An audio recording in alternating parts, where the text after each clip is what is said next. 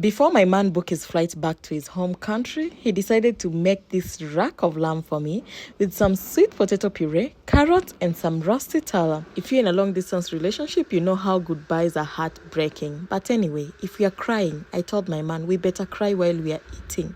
As much as you're heartbroken and sad, never forget to eat. So I gave him this rack of lamb and told him, baby, before you start crying, come and make this rack of lamb for me.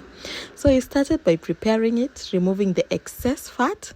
The rack of lamb already came in a little bit prepared, so yeah, he just did an advance to it. Then he places it in a hot pan with hot cooking oil, apply some black pepper and salt, then sear it on the back and both sides. Then he applies some mustard here, apply some black pepper and salt on the back side, and he blended some thyme, rosemary and breadcrumbs. Then he just put it on top of the meat like he has done. And now it's time to peel the sweet potato. Actually, we did the sweet potato before the steak because it takes time to boil. Cut it into small cubes, then put it to boil.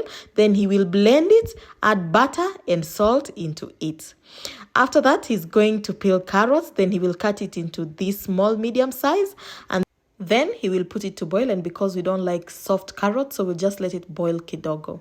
We will also be using roti tala. So what we're going to do is we're going to fry it in a hot cooking oil for 3 minutes. 3 minutes, it's ready. At this point, our lamb is ready too. And I'm telling you guys, just even by looking at it, you can tell this lamb is juicy and it's tender and it just tastes tamu. This is the sweet potato puree. So we'll just place the lamb on top of it. You can see the carrots on the side. And then what he's going to do is going to put the rosti tala. Actually, got the rosti tala in Carrefour in case you want to get them. And yeah, he made this sauce. And then we're just going to put the sauce on top of everything.